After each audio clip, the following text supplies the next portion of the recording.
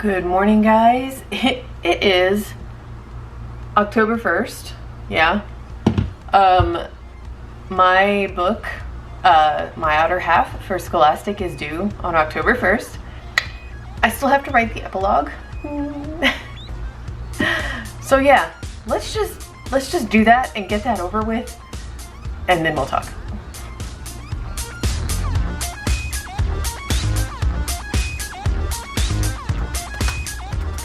I'm halfway done with this epilogue. It takes place on a whale watching tour, and so of course I ended up watching a video of whale watching tours where like whales are actually spotted, and I just found this one and like, just look at this, oh my god. Why were those people in the water?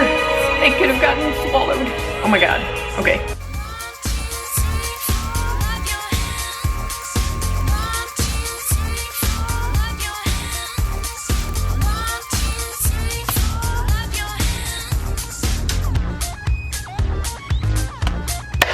Done. Sent.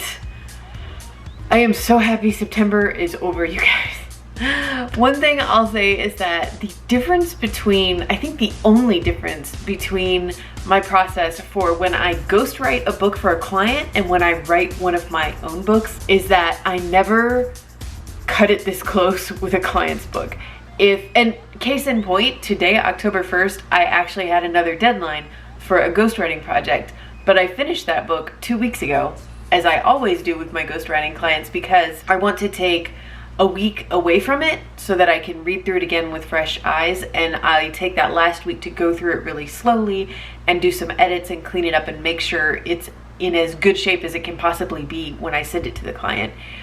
I'm not gonna say I cut it this close with my own books every time, still writing sections the day that it's due. But September was just so incredibly packed, and that was just how it ended up being with this one.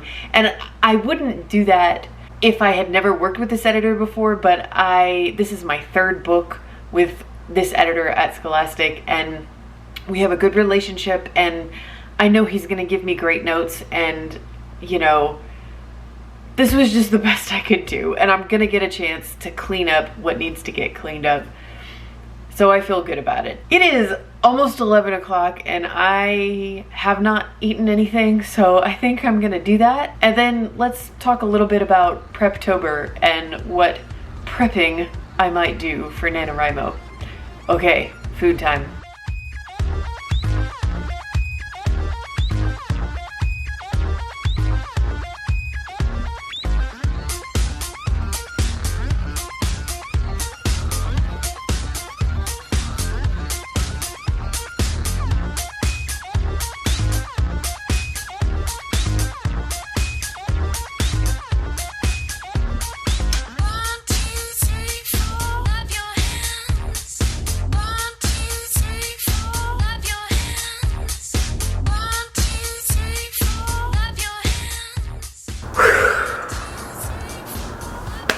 I love the feeling of meeting a deadline.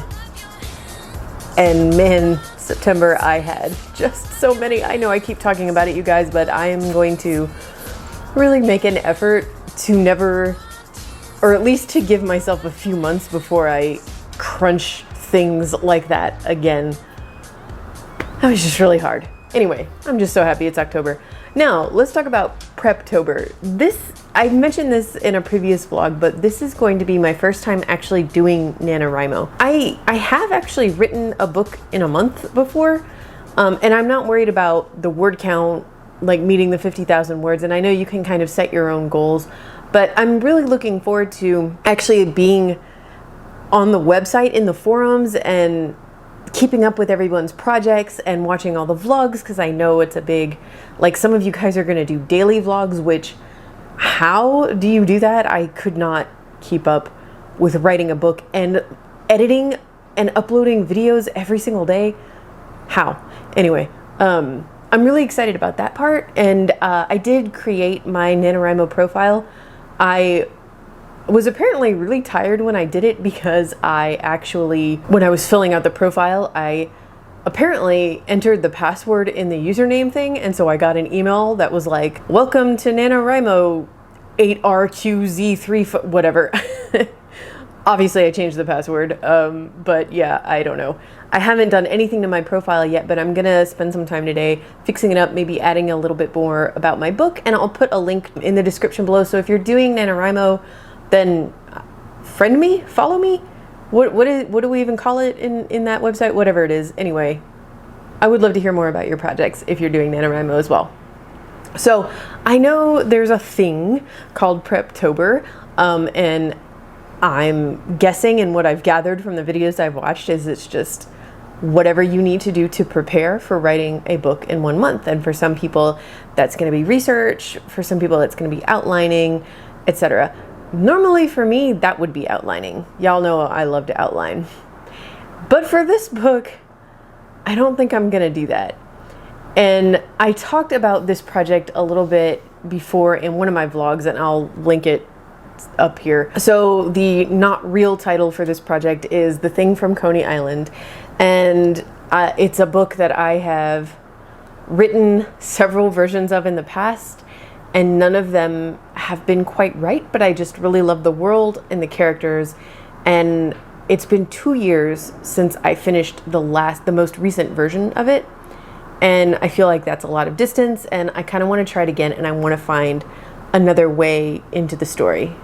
There's a dragonfly right outside my window. Don't come in. The reason I don't want to outline is because, and saying this hurts my soul a little bit, but I think plotting is what got me into trouble on that last version.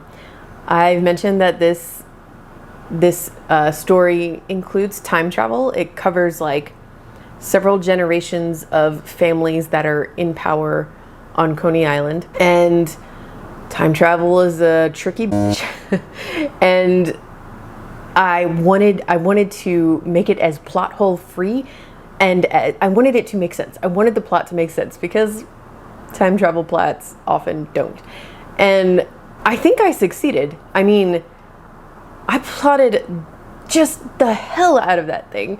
But when I reread it a couple months ago for the first time in a couple years, I saw the issues that my agents had with it, which were that there were great emotional arcs and character development in the story, but they really were buried underneath the complexity of the plot.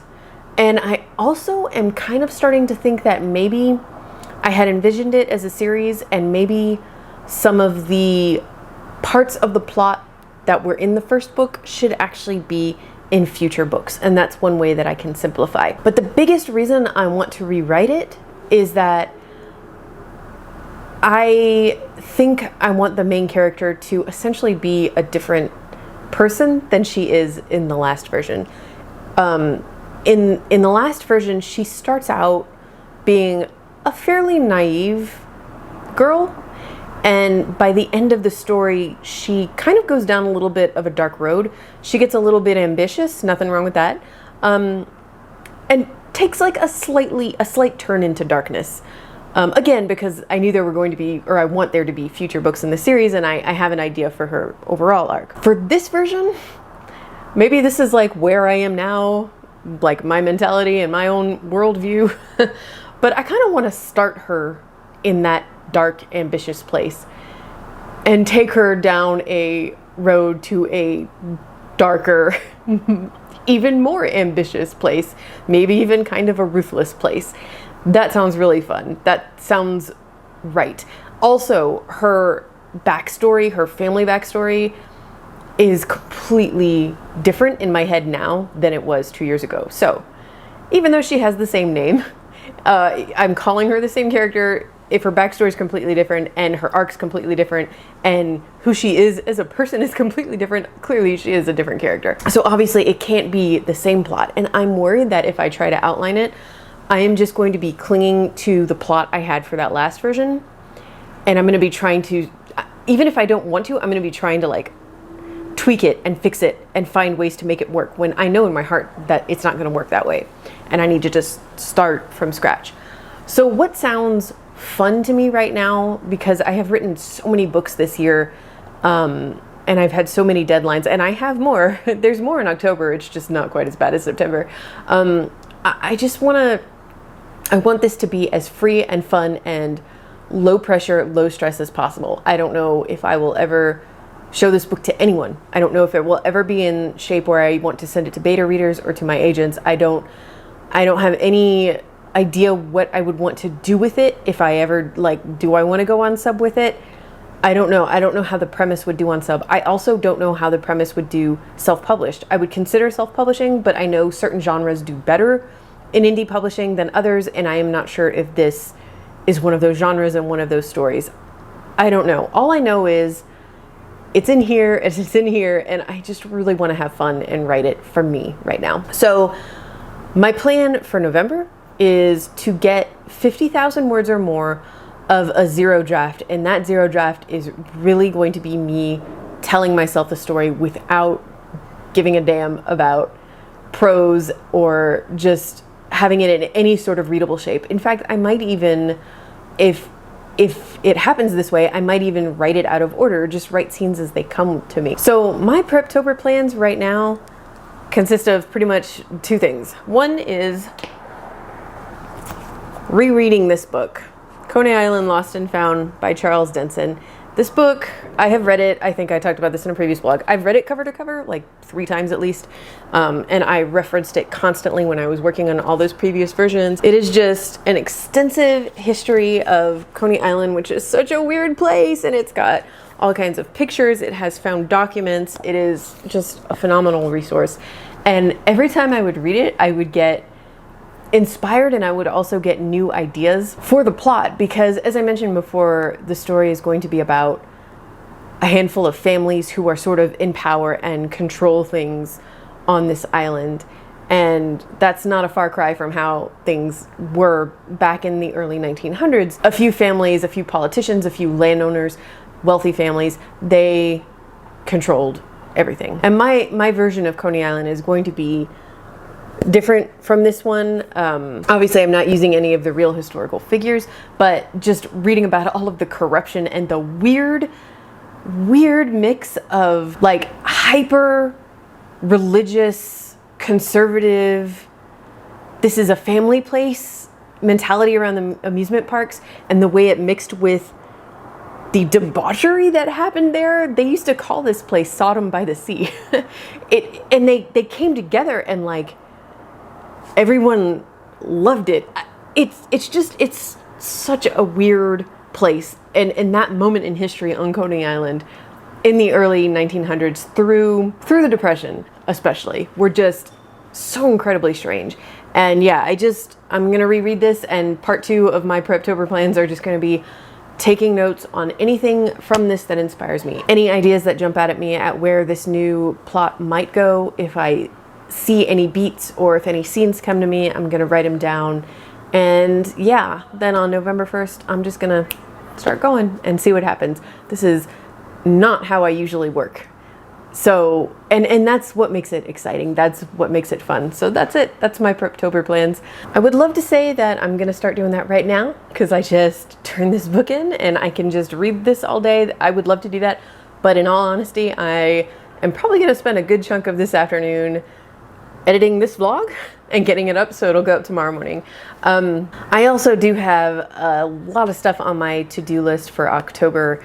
That video game project is still going strong. I have a lot of work to do for them. I have a new ghostwriting client. We're only doing an outline for now, but I do need to start on that probably around mid-October. And I have one ghostwriting client that he was my first one. We're writing a fantasy trilogy. We are on book 3 right now. And that draft is going to be due sometime in November. We're still going back and forth on the outlining and taking our time developing things, so we don't have like a hard deadline set for that 3rd book, but it's going to happen before the holidays for sure. So still a good amount of work on my plate. Again, nothing like the hell crunch of the last 2 months. And I am just so excited about getting back into just writing something that's completely self-indulgent, that I'm not worried about selling, that I'm not worried about anybody even reading. It's gonna be so fun. So I would love to hear about your projects. Like I said, please let me know what you're doing in the comments below. If you're not doing NaNoWriMo, of course, that's totally cool. What are you working on? Tell me about what you're writing and what's making you happy right now, because we need things that make us happy right now. And yeah, I guess that's it. I think I'm gonna take Rosa out and then get to work on this video. And I hope you guys have a really great weekend, and I'll see you Monday with another video. Bye.